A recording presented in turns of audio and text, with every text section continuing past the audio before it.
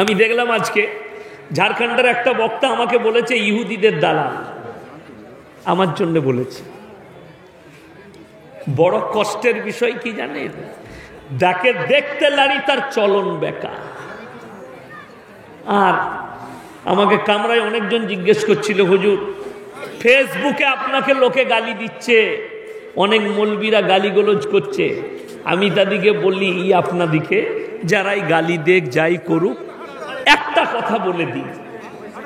একটা উর্দুতে প্রবাদ বাক্য আছে, হাতি চলে বাজার কুত্তা ভোকে হাজার। জানেন না? জানেন না? হাতি চলে বাজার কুত্তা ভোকে হাজার। কে আমার বিরুদ্ধে ফেসবুকে কোন মৌলবীটা কি বলছে তাদেরকে নিয়ে ভাবার আমার সময় নেই। আমার সময় হচ্ছে মানুষকে হক পথে দাওয়াত দেওয়া। এটা হচ্ছে আমার ইরাদা। কে কি বলছে, কে কি করছে আমার দেখা দরকার না। আমি জানি আমি যেখানেই যাব, আর আমি জলসাই বলেছি, আজকে আবার বলে দিচ্ছি, আমি 24 পরগনায় অনেক জলসাই গেলে আমার নাম শুনলে অনেক বাপের বেটা মৌলবি আর আসছে না, ক্যান্সেল করে দিচ্ছে। কে আছে? ইয়াসিন। আমি যাব না, কিন্তু আমি পৌঁছে গেছি। যার কমজোরি থাকবে সে যাবে না। ঠিক বললাম না ভুল বললাম? আল্লাহ আমার মধ্যে কমজোরি দেয় না, কোরআন হাদিসের কমজোরি আছে, না হক কথা বলতে কমজোরি আছে। আপনাদিকে একটা করে বলে যায়, আমি 3টে লোকের বক্তব্য শুনলাম। এক সপ্তাহ আগে মালদা থেকে বাড়ি যাচ্ছিলাম, রাতের বেলায় গাড়ি ছেড়ে। তো আমি মোবাইলে বায়ান বার করলাম, ফেসবুকে দেখছিলাম 3টে লোকের বায়ান এডিট করে দিয়ে আছে। একজন হচ্ছে আমাদের দেশের হিন্দু ভাইদের ধর্মগুরু, আর একটা হচ্ছে মুসলিম নেতা, আর একটা হচ্ছে অমুসলিম নেতা। এই তিনজনের বক্তব্য পরপর দিয়ে আছে কাটিং করে একসাথে। 1 নম্বরই তার নাম হচ্ছে বাগেশ্বর ধাম বাবা, নতুন বাবার আবিষ্কার হয়েছে। তিনি কথাবাচক, যেমন আপনারা বসেছেন, আমি কোরআন হাদিসের কথা আমার আগে মোল্লা বললেন, তার আগে বললেন, তার আগে বললেন, আমি বলে যাব। এইভাবে তিনি কথাবাচক, ধর্মের কথা বলে। তিনি মানুষের সামনে বলছেন, এ মেরে देश के हिंदू भाइयों, अपने अपने घर में तमंचा रखो। तमंचा माने হচ্ছে হাতিয়ার। হাতিয়ার রাখো, কাম আয়েগি। বড় কষ্টের বিষয় শুনেলে, হাতিয়ার নিয়ে কাকে কাটার কাজ আসবে, কাকে মারার কাজে আসবে? আমি যদি এই জায়গায় বলে যাই, মুসলমান ভাই তোমরা বাড়িতে তলোয়ার রাখো, বোম রাখো, কাজে লাগবে। কেউ কি মারতে, ইশারাটা কার দিকে যাবে? হিন্দু ভাইদের দিকে। ঠিক বললাম না ভুল বললাম? ইশারাটা ওই দিকে যাবে। समझदारों के लिए इशारा काफी है। আমরা কি বুঝি না তুমি কাকে মারার কথা বলছো বাবা? আমরা বুঝি, স্কুলে আমরাও গেছি। চলুন, এটা তার বক্তব্য, সে সরকারের কাছে জবাব দেবে। 2 নম্বরে একটা মেয়ে ছেলে সাংসদ দিল্লির, তিনি মেয়েদের সামনে বক্তব্য দিতে গিয়ে বললেন, मेरे बहनों अपने अपने घर में हथियार रखो, अगर ना हो तो कम से कम एक सब्जी काटने वाला चाकू भी रख लो। सब्जी काटा छुरीटाও রাখো বাড়িতে যদি না থাকে। এটা হচ্ছে দ্বিতীয়। 3 নম্বর, সেই মুসলিম নেতার বায়ান, তার বাড়ি হচ্ছে হায়দ্রাবাদে। যদিও আমি রাজনৈতিক বক্তা নই, ওই জন্যে এই রাজনীতির 2 ব্যক্তির নাম আমি উচ্চারণ করব না। তিনি বলছেন, মুসলমানরা তার সামনে বসে আছে, তিনি প্রেস কনফারেন্স করছেন, সব মুসলিম যুবক। তিনি বললেন, मेरे मुसलमान भाई किसके किसके जेब में कलम है बताओ। हाथ तुललेन, एरपरे बोललेन, किसके किसके जेब में कलम नहीं है ये बताओ। ताराও हाथ तुललो যে हम लोग का जेब में नहीं है। কি বললেন জানেন? अपने अपने जेब में कलम रखो, कलम से दुनिया हासिल किया जा सकता है लेकिन तलवार से नहीं। আমার নবীজি সাল্লাল্লাহু আলাইহি সাল্লাম ইসলাম প্রচার করেছেন তলোয়ারের দ্বারা নয়, হিংসা বিদ্বেষের দ্বারা নয়, নবীজি যদি ইসলাম প্রচার করেছেন তো একমাত্র আখলাক আর চরিত্রের দ্বারা করেছেন। জোরে বলুন সুবহানাল্লাহ। কলমের সাহায্যে আল্লাহ কোরআনে বললেন আল্লামা বিল কলম, এই কলমের সাহায্যে আমি তোমাদেরকে শিক্ষা দিয়েছি, আপনি গ্রহণ করুন। কলম রাখেন, আপনার সন্তানকে শিক্ষা দেন কলমের সাহায্যে, পড়ালেখা করো, মানুষ হও। শুধু এটা নয়, প্রত্যেকটা মুসলমান নরনারীর জন্য ফরজ দ্বীনি ইলম হাসিল করা। আপনাদিকে বলে দিই, এখানে এতগুলো মানুষ বসে আছেন, 100 জনের মধ্যে 90 থেকে 95 জনের মধ্যে দ্বীনি ইলম নাই। ঠিক বললাম না ভুল বললাম?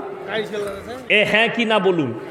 যদি বলেন আছে, আমি যাকে হোক দাঁড় করাবো, খালি 2টো প্রশ্ন করব, উত্তর না দিতে পারলে আপনি ইস্তেগফার করে বসবে। নাই কেন নেই? আপনি মুখে বলেছেন আমি নবীজিকে ভালোবাসি, আমি হাদিস মানি, কিন্তু আপনার কাছে আল্লাহর নবী সাল্লাল্লাহু আলাইহি সাল্লাম বললেন প্রত্যেকটা মুসলমান নরনারীর জন্য ফরজ দ্বীনি ইলম হাসিল করা। এই মাদ্রাসাগুলো এই মৌলবীরা পেট ভরাবার জন্য খুলে রাখেনি। আমরা এই মাদ্রাসায় তালিম দিচ্ছি আমাদের পেট চালাবার জন্য নয়, তোমাদিকে বাঁচাবার জন্য। তোমাদের সমাজে ওই চোর ছেলেটাকে, ওই বাটপার ছেলেটাকে, ওই কাজ করা ছেলেটাকে আলেম হাফেজ করে তোমাদের সমাজে তুলে দিবার জন্য মাদ্রাসা। এই দ্বীনি ইলম, দ্বীনি ইলম মানে কি?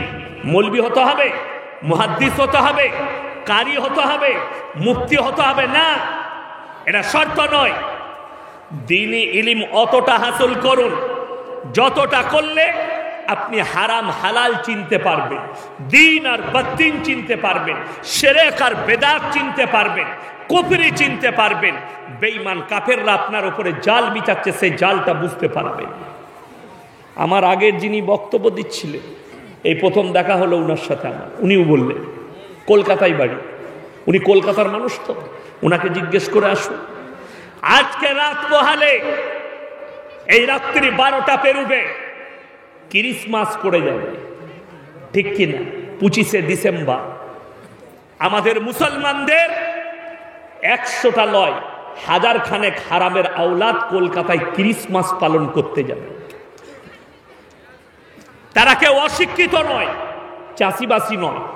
আমি মৌলবি বললে এরা বলে এই মৌলবির মুখে ভাষার শালীন নেই।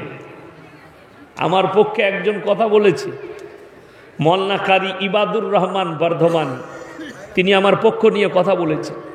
কেউ কেউ বলে মৌলবির মুখের ভাষা ঠিক নেই। আচ্ছা আপনারা বলুন, দেহ ব্যবসায়ীকে কি বলবো? বোন বলবো না শাশুড়ি বলবো?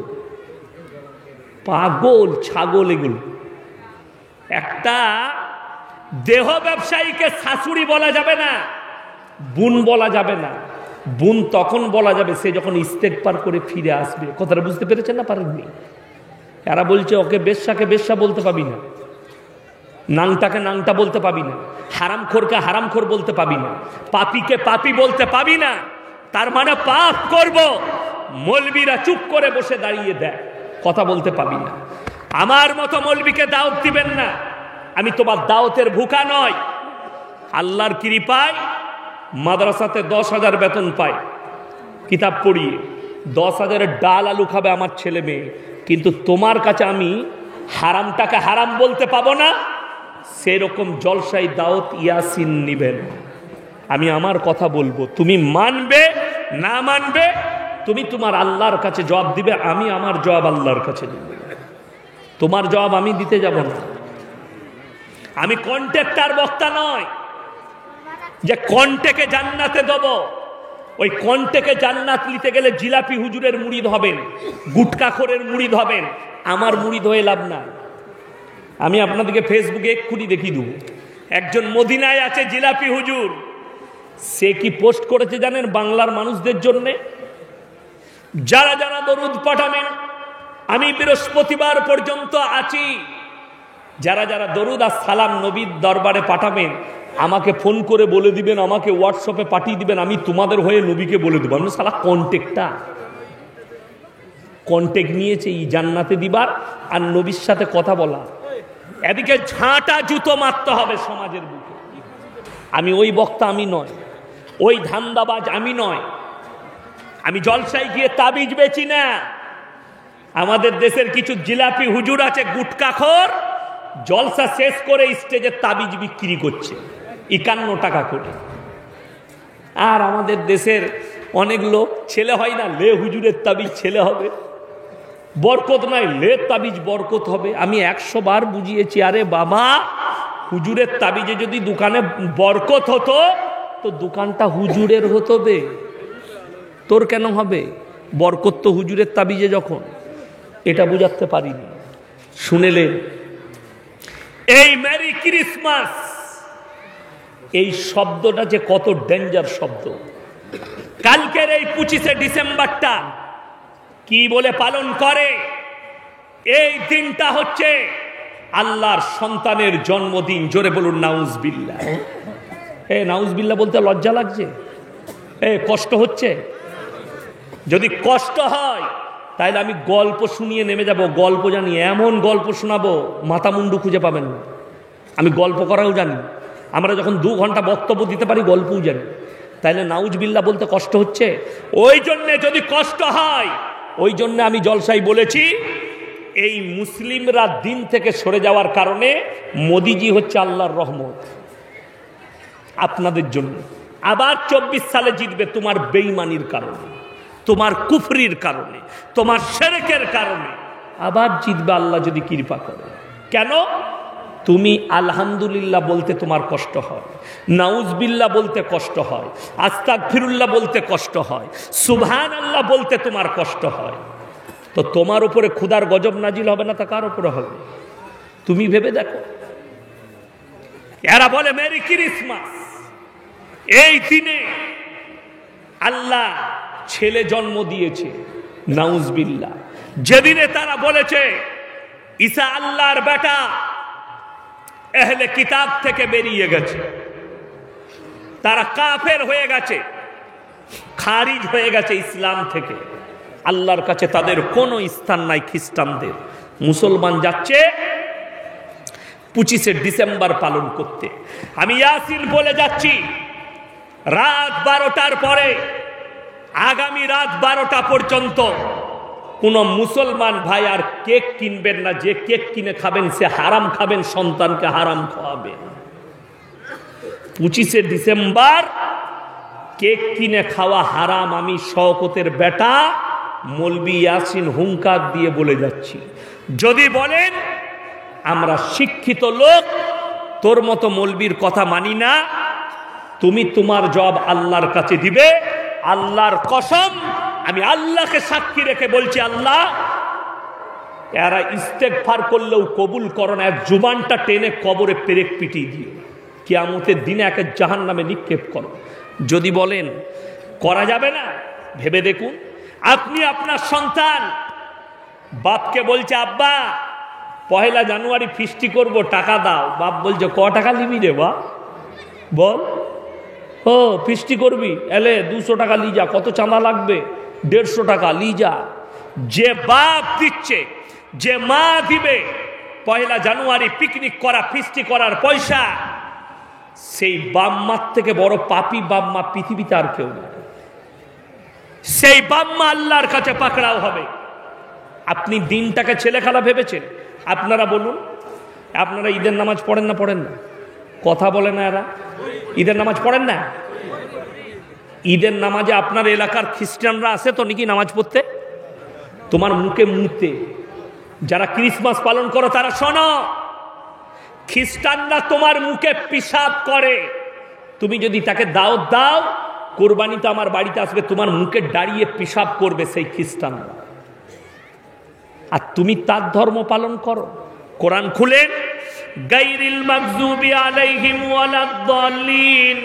মাগযুব মানে ইহুদি, আর দাল্লিন মানে হচ্ছে নাসারা। এই দুটো দলই পদভ্রষ্ট এবং এদের যারা অনুসারী হবে তারাও পদভ্রষ্ট হবে। এটা কোরআন সূরা ফাতিহা শেষ আয়াত। যাদের বাড়িতে তাফসীর আছে খুলে দেখবেন। ব্যাখ্যা বিশ্লেষণে যাবে। দল্লিন মানে নাসারা, ইহুদি, এরা হচ্ছে সব পদভ্রষ্ট। এদের যারা অনুসারী হবে তারাও পদভ্রষ্ট হবে। আপনি যদি এই বিশ্বাস রেখেছেন, ক্রিসমাস পালন করছেন, আমি বলিনি, মিডিয়ারা বলছে 2023 সালের ডিসেম্বর কালকে 25-এ, ঠিক কিনা?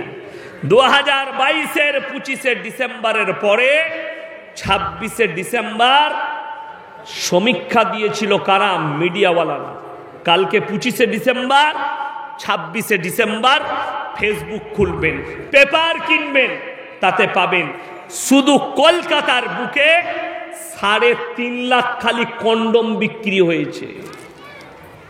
ধর্ষণ, ব্যভিচার করেছে যুবক যুবতীরা, রাস্তাঘাটে পার্কে কুকুরের মতো জিনা করেছে। আর আমি ইয়াসিন ওটাই যুবক দিকে সাবধান করতে আসছি।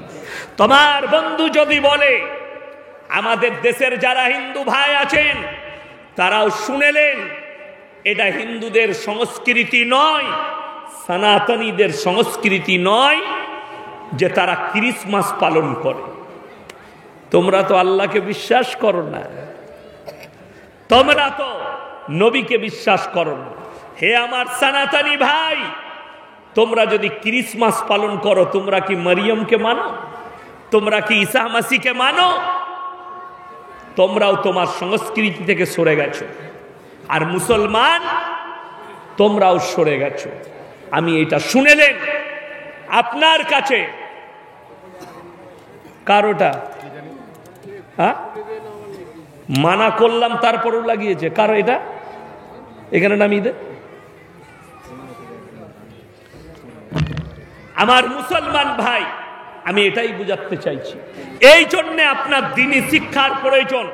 আপনার সন্তানকে, কে বলল 7 বছর বয়স আপনার সন্তানের, কি করবেন?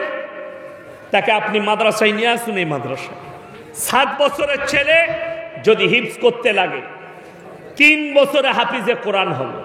ক বছর বললাম? 3 বছর সময় লাগবে।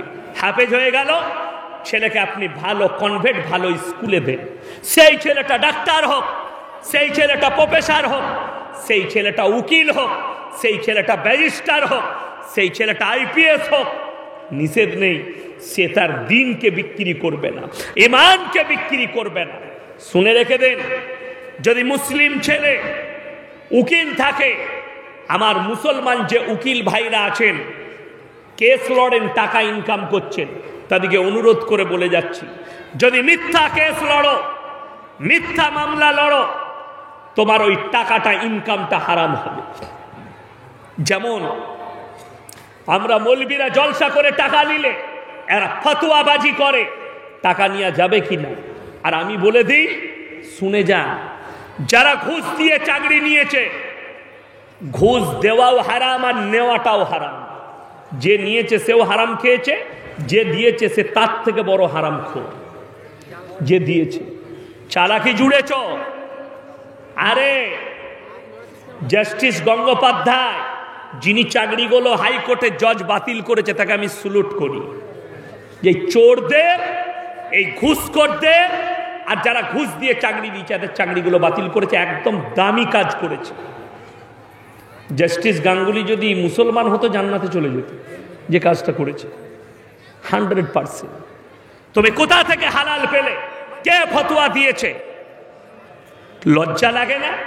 নিজেকে মুসলমান বলো, চাকরি নিয়েছে ঘুষ দিয়ে, দিয়ে মসজিদে ফাঁস কাতারে নামাজ পড়ছে। তুই তোর মৌলবীকে জিজ্ঞেস করেছিস ঘুষ দেওয়াটা হারাম কিনা, ঘুষ নেওয়াটা হারাম কিনা? যারা পুলিশের চাকরি করেন, যে বাবুরা, আমার মুসলমান ভাইরা, আমি ইয়াসিন আল্লাহর কসম করে বলে যাচ্ছি, যদি ঘুষ খায় সেই টাকাটা হারাম। তুমি তোমার সন্তানের মুখে হারাম তুলে দিয়েছ। আপনি মুসলমান, খালি এটা বুঝলেন, শুনেলেন, দোয়া কবুলিয়াতের জন্যে আপনি চাইছেন দোয়া, নামাজ পড়ে আপনাকে আল্লাহকে বললেন, আল্লাহ গো তুমি আমার ব্যবসায় বরকত দাও। দোয়া আপনার কবুল হলো না। কেন হয়নি? আপনাকে আগে শর্ত হচ্ছে হালাল খাবার। ইসলামী শরীয়তে দোয়া কবুলিয়াতের জন্যে হালাল খাবার খেতে হবে। আপনি যদি কালিয়াচকে যান কিংবা হাই রোডে মালদায় যান, হরিশ্চন্দ্রপুর বাজারে যান, যদি কোনো হোটেলে রেস্টুরেন্টে খেতে যান, কি জিজ্ঞেস করবেন? দাদা মুরগিটা জবাই না কাটা? করবেন না? করবেন না? এ করতে হবে না? হবে না? করতে হবে। কলকাতায় যান, বোম্বে যান, দিল্লি